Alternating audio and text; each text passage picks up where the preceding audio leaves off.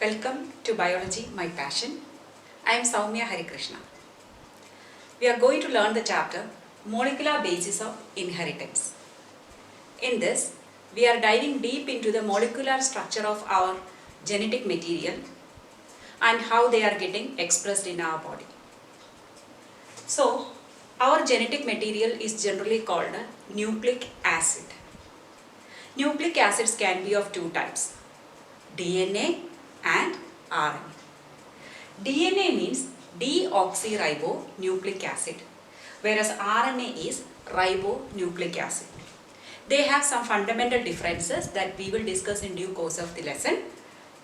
Deoxyribonucleic acid is the genetic material in almost all living organisms, including human beings, whereas RNA is now limited to the viruses as genetic material, though they are present in our cell also or in our nucleus also doing various functions.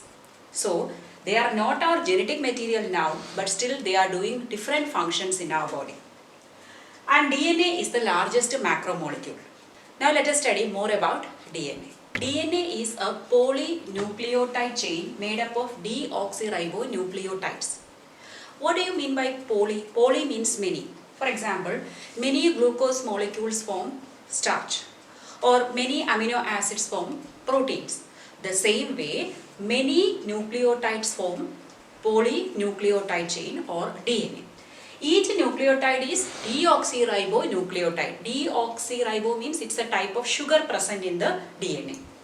Now let us analyze the size of DNA or the length of DNA in various organisms.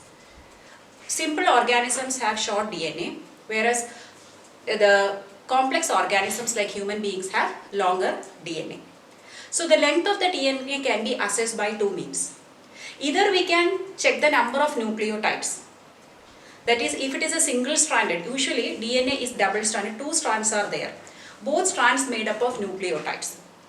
But if it is single stranded, we just count how many nucleotides are there.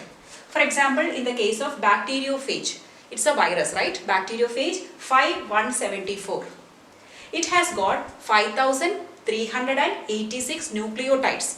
Why are we telling nucleotides? Because its genetic material is single-stranded DNA. So we just count it 5386 nucleotides.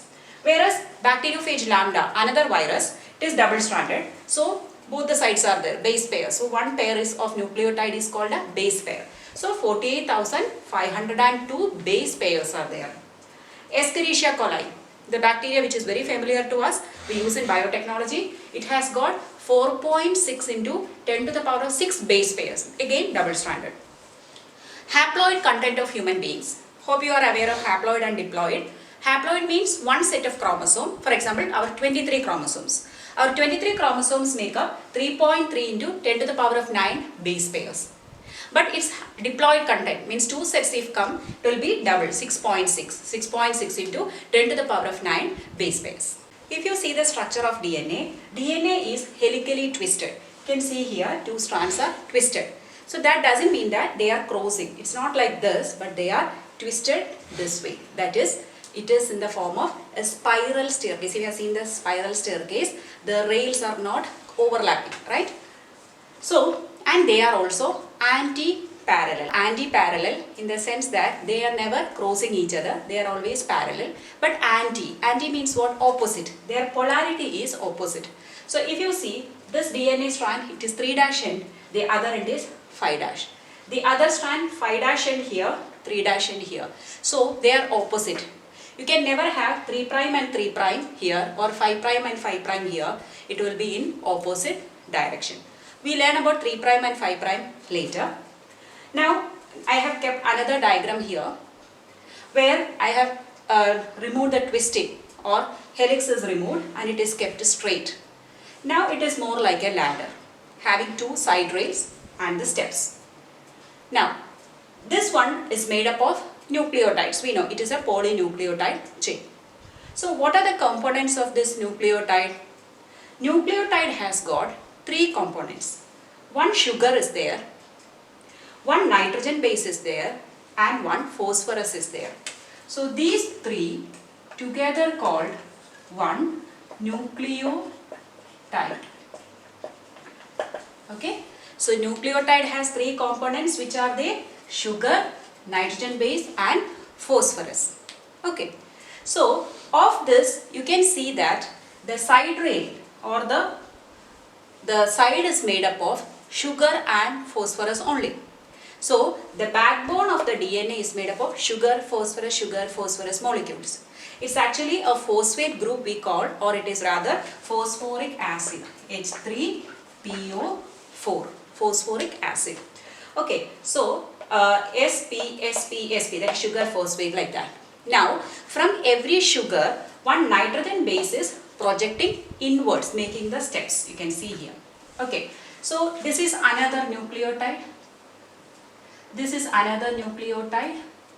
This is another nucleotide. So many nucleotides are connected end to end. The other strand also the same, like that. Different nucleotides.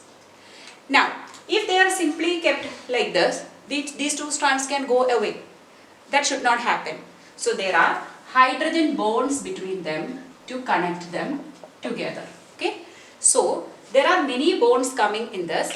So two nitrogen bases are connected by hydrogen bond, whereas a sugar and nitrogen connected by N-glycosidic linkage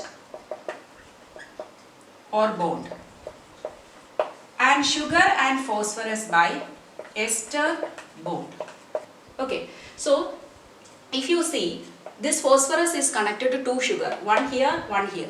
So each one is an ester bond, so we call it as phosphodiester bond. Di means two. Two ester bonds are forming for the phosphate with two sugars. Suppose this is one nucleotide.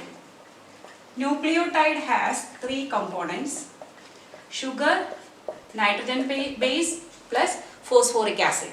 Suppose if you see only this part, that is these two, we call it as nucleoside. Nucleoside plus phosphorus gives nucleotide, or we can say nucleotide minus phosphorus, we will get nucleoside. If we look at each component of nucleotide in detail, sugar, nitrogen base and phosphorus or phosphoric acid. So sugar, let us see. So sugar is a pentose sugar. Pentose means what? 5 carbon atoms are there in the sugar. So there are two types of sugars. Based on that, two types of nucleic acids. If the sugar is deoxyribose sugar, it is DNA, and in RNA there is ribose sugar. So if you see the structure of DNA, you can see, if you number the carbon atom, this is first carbon, second, third, fourth and fifth carbon atom. So here the main difference you can see, in the second carbon, here there is an OH group present, whereas that is absent here. Here only one H is present, O is absent. That's why it got the name deoxy. D means absence or removal, right? Deoxy, oxygen is removed, whereas here oxygen is present. So this is the main difference, but we will discuss more differences between RNA and DNA later. But with respect to sugar, this is the main difference. But being a functional group here, it gives more reactivity to the RNA compared to DNA. More the number of functional groups, highly reactive the molecule will be. Okay, so that is about the sugar present in nucleic acids. If we look at the nitrogen bases, they are broadly classified into two types: purines and pyrimidines. They have structural differences. Purine is a 9-membered double ring structure, whereas pyrimidine is a 6-membered single ring structure.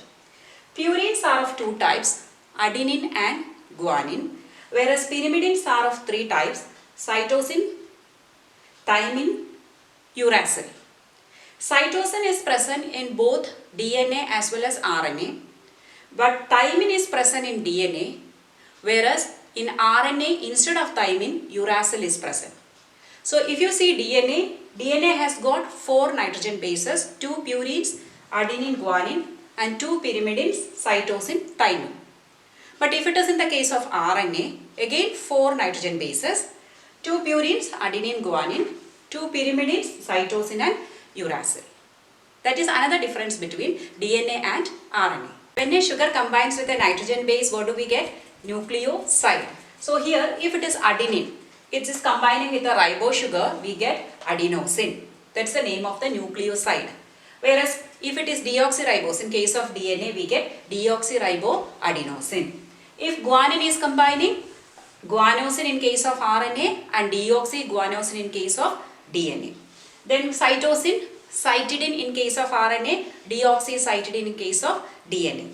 Thymidine, only deoxy will be combining, so deoxythymidine, and uracil, only ribose sugar will be combining, so uridine. These are the nucleosides. The third component of a nucleotide is phosphorus or phosphoric acid, that is H3PO4. The formula is H3PO4, phosphoric acid, or we say phosphate group. So when the phosphoric acid is added to the nucleoside, we get the nucleotide. Since an acid is adding, it becomes acidic in nature, adenilic acid. Guanosine will become guanilic acid. Cytidine will become cytidilic acid. Thymidine will become thymidilic acid. Uridine will become uridylic acid. In a sugar, the nitrogen base is projecting. From the other side, other strand, another nitrogen base is here. They are connected by hydrogen bonds. But we learned nitrogen bases can be purines or pyrimidines. But there is a rule that is followed here, that is called the rule of complementarity. That means whenever there is one purine, it will base pair with another pyrimidine only. It will not base pair with another purine. So we will not see two purines coming together or two pyrimidine coming together. If one purine is there, the other one will be pyrimidine. Or one pyrimidine is, the next one is purine. There is a reason for that. Suppose you look at this. Here two purines are given, double ring structures. Here two pyrimidines, again two purines. So if you see this, look at the width of the DNA. It is very broad here. Then it is becoming narrow, again broad. Okay, so it is not having the uniform width throughout. Because if two purines means it will be wider, two pyrimidines means it is narrower. Whereas in this case, if you see, here one purine means opposite is pyrimidine. If this side is pyrimidine means the other side is purine, so the width is the same. So to maintain the width of the DNA, purines and pyrimidines are base pairing opposite to each other, and whenever adenine is there in one side, it will base pair only with thymine. Okay, so wherever A is there, adenine is there, base pairs with the thymine, and wherever guanine is there, it base pairs with the cytosine. Okay, but you know that in case of RNA, thymine is not there, so there what will base pair? Uracil. So if it is DNA, adenine with thymine, guanine with cytosine. If it is RNA, adenine with the uracil, guanine with cytosine. Now, adenine and thymine base pairs by using two hydrogen bonds, where guanine and cytosine form three hydrogen bonds between them. The same way, adenine and uracil also two hydrogen bonds. So adenine and thymine two hydrogen bonds, guanine and cytosine three hydrogen bonds. So like this, the DNA strand is held together. Now let us see how is this ester bond forming between a nucleoside and a phosphate group. As I told, phosphate group is phosphoric acid H3PO4. This is the structure, and it is connected to two ends of the ribose sugar. So this is the structure of a ribose sugar, which has got 5 carbon atoms. So you know that in the third carbon atoms there is an OH group, to which one phosphoric acid will join. Another one will join to the 5th carbon atom. So ester bond is formed by removal of a molecule of water. So here what happens is, this OH from this will take H from here. So one molecule of water, H2O, is going out. So here forms a bond between carbon and oxygen. That bond is called an ester bond. The same way in the 3' end also, here again what happens? One OH from this and H from this is going out in the form of water molecule. So carbon will form a bond with oxygen, again another ester bond. So this phosphorus will now have another ester bond with the next 5' end of the next sugar, then 3' end another one, so it goes on. So one phosphorus has with the 3' end of the ribose sugar and 5' end. So we call it as diester bond. Two ester bonds are forming. So if you see this DNA, we know that this end is 5' end. So that is the strand with the 5' end, and the other end will be obviously 3' end. So the next one, when you are drawing, it will have opposite polarity. For example, and don't forget, from the first carbon, what is projecting? A purine or a pyrimidine will be projecting. So that nitrogen base is attached to the first carbon. So the next one is anti-parallel. So to make it anti-parallel, this sugar is reversed position. That is like this. So when we are numbering, it is 1, 2, 3, 4 and 5 will be here, CH2OH. Now here also the first carbon will have the pyrimidine, because here it is purine, so here it should be pyrimidine. So that will join, so first carbon and first carbon. Now here this end is the 3' end, OH, so one ester bond will form. So here it was the 5' end, here it is the 3' end. So now this 5' carbon will make a bond with another phosphoric acid.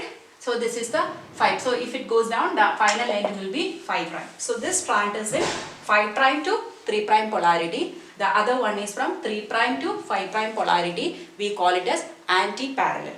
So here in most of the books you will see only O here, O minus you will see here. Though it is an OH group, it has a tendency to retain the electron and give out the proton. So that is why it is shown O minus. If we discuss some characteristics of DNA, DNA can be denatured. Denatured means what? We can dismantle the structure. That means if you increase the temperature to 80 to 90 degrees Celsius, the two strands will separate out, because the hydrogen bond in between will break, separating the two strands. That we use in polymerase chain reaction. Whereas if you cool down again, they will come together and they form the hydrogen bonds, because there is a complementarity existing. The DNA can be linear or circular also. Eukaryotes, PPLO, pleuropneumonia-like organisms, blue-green algae, all of them have linear DNA. Linear DNA means what? The ends are free, two free ends are there. Whereas in bacteria, it is circular DNA. You don't find any free end, it is closed structure. Okay? And there are different types of DNA depending upon the number of base pairs in each helix or twist, and about their coiling or the twisting. aDNA, bDNA, cDNA and dDNA, they have a right hand coiling, whereas zDNA coiled in the left hand manner. When we talk about the double helix structure of DNA, the most popular model is the one proposed by Watson and Crick. The effort of studying the DNA structure was made by Asbury through his X-ray diffraction studies. Maurice Wilkins and Rosalind Franklin developed an X-ray diffraction study of DNA. This made the work of Watson and Crick very easy. In the year 1953, they designed the three-dimensional model of DNA. The popular structure is bDNA with a right-handed coiling. So later in 1962, these two scientists along with Wilkins were awarded Nobel Prize. So if you see the characteristics or salient features of the DNA proposed by Watson and Crick, as we mentioned, it has two polynucleotide chains with a sugar phosphorus backbone and nitrogen base projecting inside. Then anti-parallel polarity, one strand is 3' to 5', the other strand is 5' to 3'. Purines and pyrimidines are joined by hydrogen bonds so that it gives stability, they are always together. Then coiling is in the right-handed fashion, and pitch of the helix is 3.4 nanometer. Pitch means one twist, that is from here till here, one pitch is 3.4 nanometer. But if you see there, 10 base pairs are there making one helix. So one helix means what? Complete 360-degree turn. So each helix is 36 degrees. Suppose this is the first stack, second is 36 degree. Then the third is again 36 degree from the second, that means 72 from the first. Like that, when 10 base pairs are there, it completes one turn. So if 10 base pairs make up a distance of 3.4 nanometer, what is the distance between one base pair? divided by 10, 0.34 nanometer. And plane of one base pair stacks over the other as I mentioned. This gives additional stability. Already with the hydrogen bonds they are held together, but this arrangement of stack-like arrangement gives more stability to the DNA. Hope you like the video. Please like, share and subscribe to my channel, Biology My Passion.